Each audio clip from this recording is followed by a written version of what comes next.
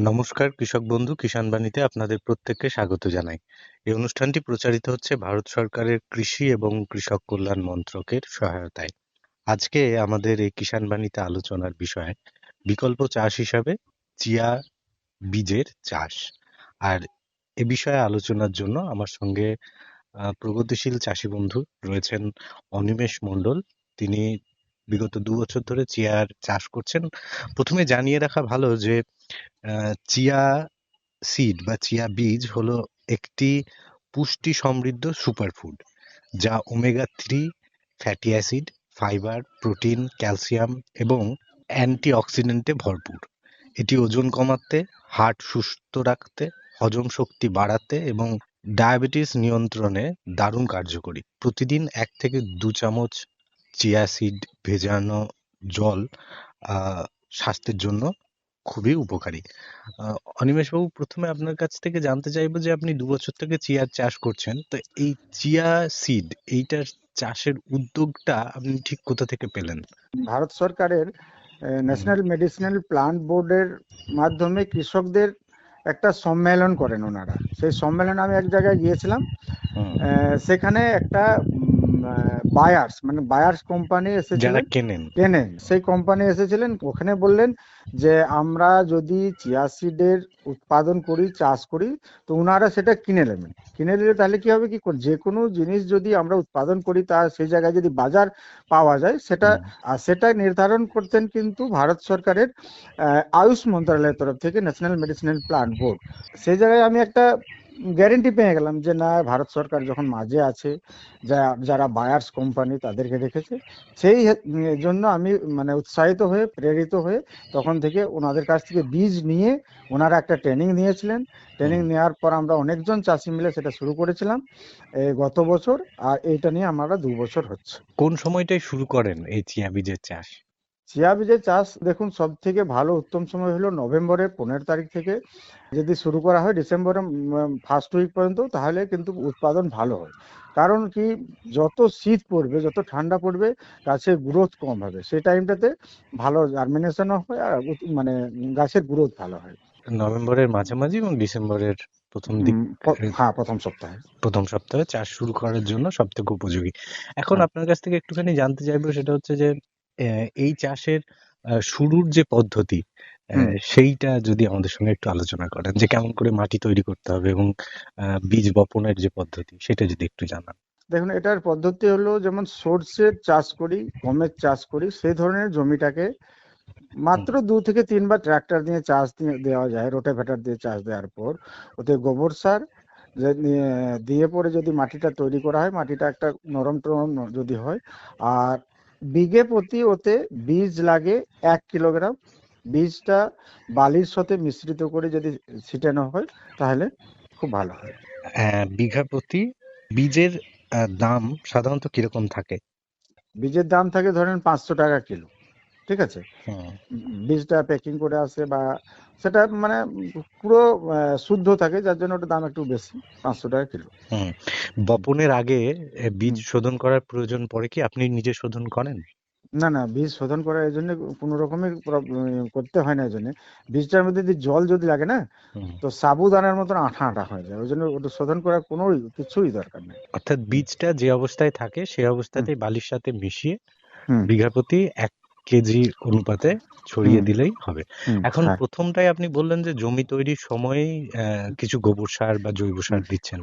হ্যাঁ। এর পরবর্তী সময়ে সার হুম প্রয়োগের আর কি কি দিক রয়েছে? সার আর কতবার সার সার প্রয়োগ সার করতে? প্রয়োগ করি, যেমন ডিএপি দিই, আর ইউরিয়া, যদি ন্যানো ইউরিয়া স্প্রে করা হয় তাহলে আরো ভালো ফলন পাওয়া যায়। আর এই চিয়া বীজের চাষের ক্ষেত্রে অর্থাৎ সারের যে খুব আ বিশাল পরিমাণে ব্যবহার এমনটা নয়। খুব অল্প না, না, পরিমাণ না, আপনার কাছ খুব থেকে অল্প পরিমাণ। হুম শুনে যেটুকু আমি বুঝতে পারছি। হুম এখন আরেকটা বিষয় জানতে চাইবো, সেটা হচ্ছে এই অঞ্চলে আ অধিকাংশ জমি হুম সেচের আওতার বাইরে। হুম অর্থাৎ খুব বেশি জল চাষী বন্ধুরা অনেক জমির ক্ষেত্রেই দিতে পারেন না। হুম তো এই চিয়া চাষ করলে হুম জলসেচের কি সুবিধা রয়েছে বা কি পরিমাণ জলসেচের প্রয়োজন? দেখুন, 4 বার আগে সেচন লাগবে প্রথমত। চিয়া বীজ ছিটানোর পর হুম, 1 সপ্তাহের মধ্যে একটা সেচন লাগবে। তাতে কি হবে, 100% জার্মিনেশন হয়ে গাছগুলো বেরোবে। তারপর মোটামুটি 20 দিন পর এমনি করে মানে 4টে সেচনের মধ্যে এটা উঠে যাবে। 4 বার সেচ দিতে হবে। হ্যাঁ, সেচ দেবে। আপনার সেচের জন্য কি হুম। ব্যবস্থা রয়েছে? দেখুন আমাদের এখানে ছোট ছোট নালা আছে বা নদী আছে, সে থেকে বা পুকুর থেকেও নেওয়া যেতে পারে। আমি যেখানে করেছিলাম সেখানে আমরা একটা নালা ছিল, নালা থেকে করেছি। এখন হুম। যদি এইটার পরিচর্যার বিষয়ে জানান যে হুম। চিয়া গাছের হুম। রোগ এবং পোকার কি কি সমস্যার সম্মুখীন আপনি হয়েছেন? একটা রোগ আছে, তা সে রোগটার নাম কিন্তু আমি জানি না। ওতে একটা স্প্রে করলে পরে সে রোগটা ছেড়ে যায়। মানে ওটা হয় কি, জাব লাগার মতো, মানে কিছু গাছকে টেনে একসাথে হুম। জড়ো করে দেয়। সে ওটা হলে একটু উৎপাদন কম হয়। তো আমার সে জায়গায় আমার আসেনি, এবছর আসেনি, গত বছর এসেছিল। এই একটাই রোগ, আর কোনো পোকার সমস্যার সম্মুখীন হয়েছেন কি? না না না, কোনো প্রকার সমস্যা হুম। নেই। অর্থাৎ রোগ এবং পোকার যে খুব বেশি উপদ্রব বা প্রাদুর্ভাব এমনটা হুম। চিয়া গাছের ক্ষেত্রে ঘটে না। এখন আমাদের যদি আরেকটুখানি জানান, সেটা হুম। হচ্ছে যে ২ বছর ধরে চাষ করছেন। কি হুম। পরিমাণ ফলন পাচ্ছেন? এখন বিঘে প্রতি আমরা 2 কুইন্টাল ফলন পাচ্ছি। যদিও এর উৎপাদন আরো বেশি হওয়া উচিত, বা যেমন আমাদেরকে ট্রেনিং দিয়েছিলেন ওতে বেশি বলা ছিল, কিন্তু আসল ব্যাপার হচ্ছে কি, আমাদের যে জায়গায় করছি মাটিটার একটা প্রবলেম আছে, মানে টাঁড় টাইপের জমি। তাই যদি জমিটা খুব ভালো হয় হুম। আর দেখরেখ কিরকম যদি জমি এই চাষের জন্য সবথেকে ভালো? এটা আপনার আলু চাষের জন্য যে জমি ব্যবহার করা হয় না, সেই জন্য না। বেলে দোআঁশ হ্যাঁ হ্যাঁ, টাইপের বেলে মাটি। হ্যাঁ, ওই জমি হলে সব থেকে ভালো উৎপাদন হয়। আলু এবছর চাষী বন্ধুদের খুবই ভোগান্তির কারণ হয়ে উঠেছে, কারণ হুম। ফলন যথেষ্ট ভালো হয়েছে কিন্তু হুম। বাজারে দামের যে অবস্থা তাতে আলু হুম। চাষিরা হুম। অনেকেই হয়তো চিন্তা করতে পারেন বিকল্প চাষ হিসাবে। হুম। সেক্ষেত্রে চিয়া চাষ হুম। আহ আলু চাষিদের জন্য কতটা উপকারী হতে পারে সেই বিষয়ে জানবো। তবে তার আগে আপনার কাছ থেকে জানতে চাইবো যে প্রথমে আপনি বলেছেন যে এই চিয়া বিক্রির ক্ষেত্রে আপনার কোনো সমস্যা হচ্ছে না। না, কোনো সমস্যা নেই। হ্যাঁ, অর্থাৎ বিক্রির যথেষ্ট চাহিদা রয়েছে বাজারে। সুতরাং হুম। উৎপাদন করতে পারলে বিক্রির সমস্যা হওয়ার খুব একটা কথা না।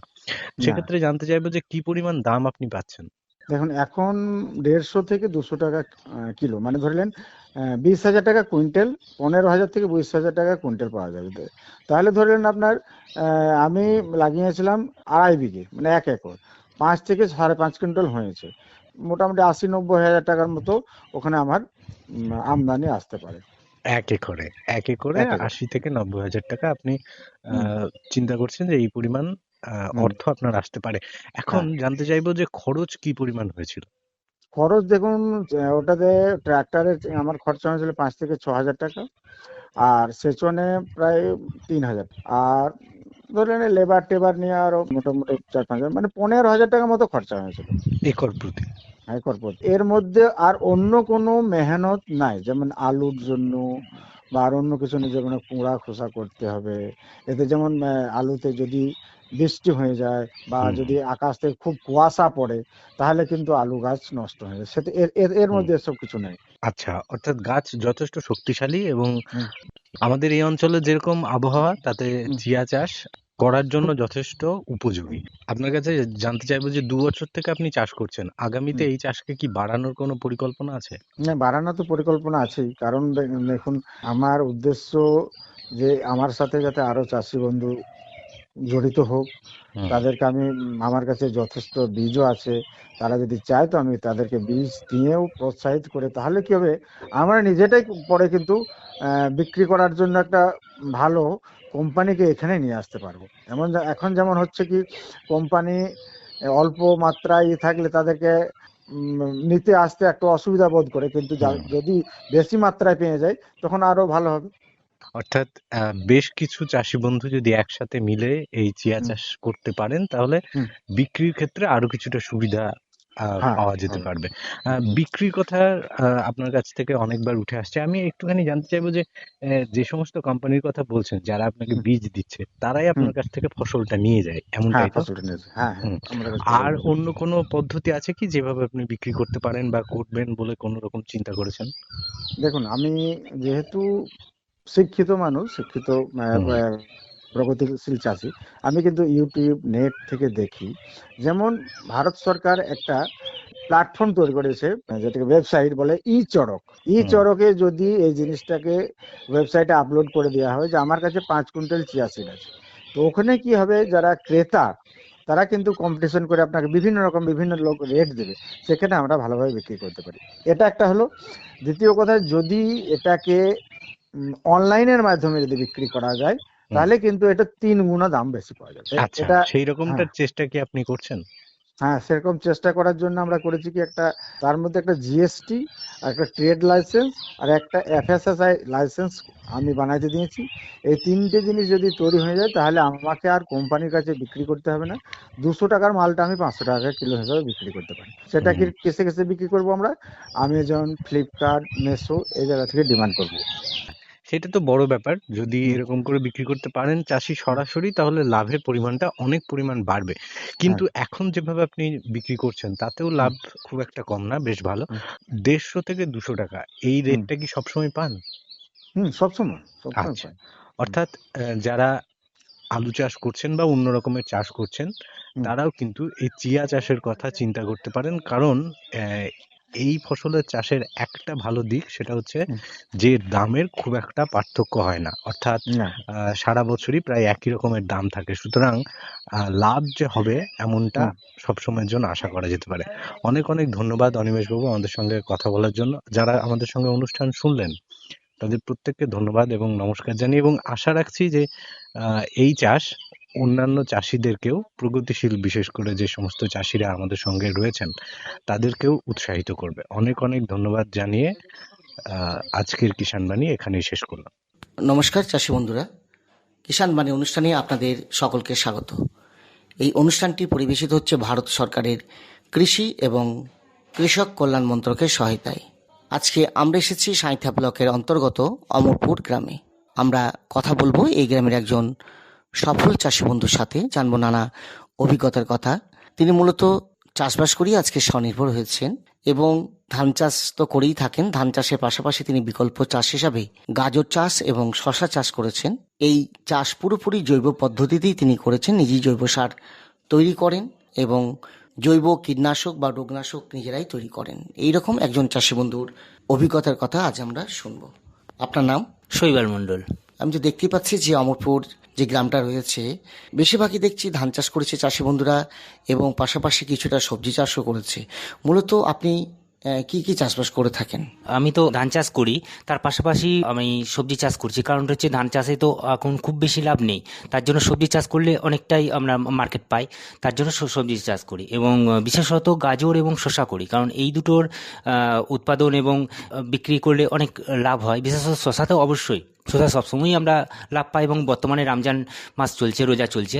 তা রোজার ফলে তো শসার দাম তো দেখতেই পাচ্ছেন প্রচুর পরিমাণে বাড়ছে এবং শুধু রমজান মাসে নয়, অন্যান্য ক্ষেত্রেও অনুষ্ঠানে আমাদের শসা লেগেই থাকে।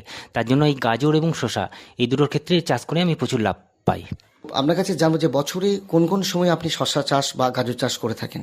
আমি বছরে দুবার সময় করে থাকি, শীতকালীন এবং গ্রীষ্মকালীন ক্ষেত্রে। এখন তো বর্তমানে শীতকালীন ক্ষেত্রে উঠছে, এই দুটোই ক্ষেত্রেই আমার।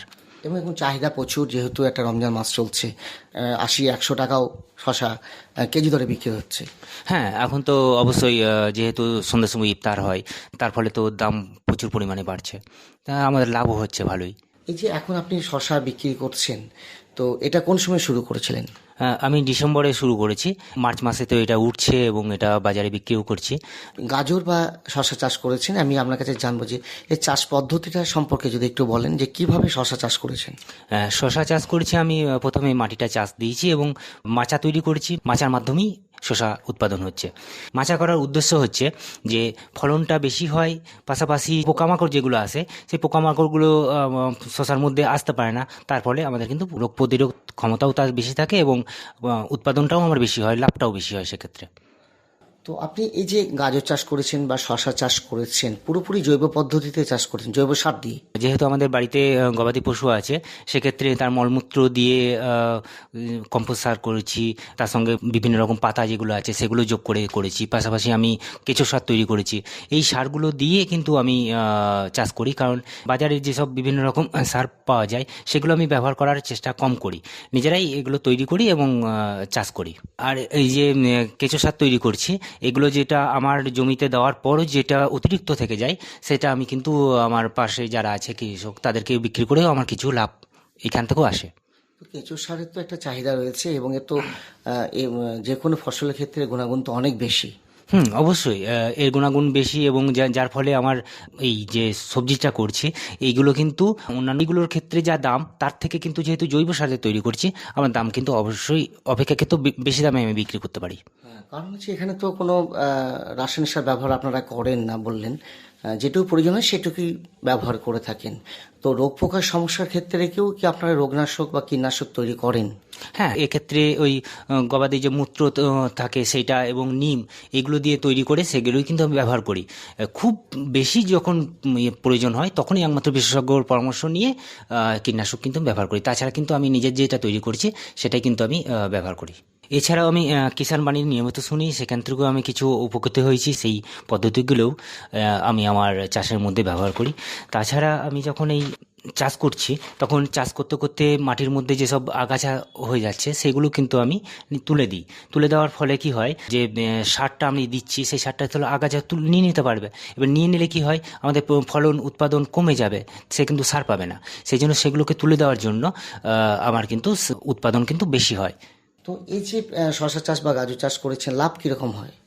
লাভ আমার ভালোই হয়। আমি যখন ধান চাষ করতাম সেক্ষেত্রে দেখতাম ধানের কিন্তু খুব একটা লাভ হতো না, এবং বাবা কাকাদের কাছ থেকে দেখেছি তারা কিন্তু খুব বেশি লাভ হতো না। তারা সবজি চাষ কিছুটা করতো অল্প, তাতে কিন্তু অনেকটা লাভ হতো। সেইটা দেখে আমার অভিজ্ঞতা হয়েছে যে তাহলে সবজি চাষটা যদি বাড়িয়ে দিতে পারি তাহলে আমার মানে লাভের পরিমাণটা কিন্তু বেড়ে যাবে।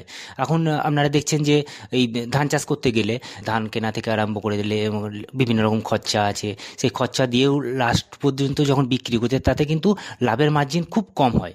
সেক্ষেত্রে সবজি চাষের কিন্তু ওই বীজ কেনা, এবং আমাদের তো যেহেতু ঘরে গবাদি আছে, সারের ক্ষেত্রে তো আমার দরকারই হয় না কেনার ক্ষেত্রে, তাহলে ঘর থেকেই জিনিসপত্র আমি দিয়ে দিচ্ছি, শুধুমাত্র বীজটুকু কিনছি। এবারে বীজটুকু কেনার পর আমার কিন্তু এই শুধু মাচাটা, যেমন ইয়ের ক্ষেত্রে শশার ক্ষেত্রে মাচাটা তৈরি করতে হচ্ছে, শুধুমাত্র এই স্ট্রাকচারটা তৈরি করতে যেটুকু খরচা, তাছাড়া খুব বেশি কিন্তু আমার খরচা হয় না, যার ফলে লাভের পরিমাণ বেড়ে যায়। এক্ষেত্রে আরেকটা জিনিস জলও আমি কিন্তু দিই, এবং নিয়মিত জল দিই, কিন্তু জলটা যাতে না থাকে জমে, যাতে সেটা বেরিয়ে যায়, নিকাশি ব্যবস্থা ঠিকঠাক করি, যার ফলে কিন্তু আমার উৎপাদন অনেকটাই হয়। আর উৎপাদন হলে যেহেতু খরচা আমার কম, সে তো লাভের পরিমাণ অনেকাংশেই আমার বেড়ে যায়।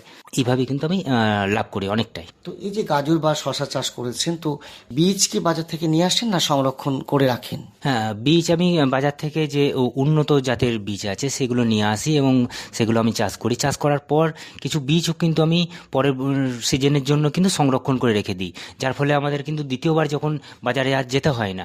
সেক্ষেত্রে আমাদের হয়ে যাবে, যেটুকু দরকার এক্সট্রা অতিরিক্ত লাগে সেইটা কিন্তু শুধুমাত্র কিনি, বাদ বাকি মানে আমার কিন্তু বলতে গেলে 75% থেকে 80% কিন্তু আমার নিজের বীজ দিয়ে আমি করি, শুধু 20% হয়তো আমি বাজার থেকে কিনি। এ তো গেল শশা চাষের যে একটা চাহিদা রয়েছে আমরা সবাই জানি। তো গাজর চাষ তো করেছেন, কতটা জমিতে করেছেন? গাজর আমি এই 7-8 কাঠা জমিতে গাজর চাষ করছি। কিভাবে করেছেন? করছি বলতে গাজরের বীজ যেহেতু খুব ছোট হয়, সেক্ষেত্রে তার সঙ্গে বালি এবং মাটি আমি মিশিয়ে সেটা আমি রোপণ করি। তারপরে কিন্তু যখন ঘন হয়ে যায়, সেক্ষেত্রে কি ঘন হয়ে গেলে তো গাজর উৎপাদন হবে না। সেক্ষেত্রে আমি কিন্তু যেখানে যেখানে ঘন হয় সেখান থেকে কিন্তু কিছু কিছু তুলে দিই। তুলে দেওয়ার ফলে দু একটা হয়তো যেখানে থাকলো সেখানে কিন্তু বেশ ভালোই উৎপাদন হয়। মোটামুটি এই যে আপনি গাজর চাষ করেছেন, কতদিন সময় লাগে এই ফসল তুলতে? মোটামুটি 70 থেকে 90 দিন লাগে, মানে 3 মাসই ধরুন।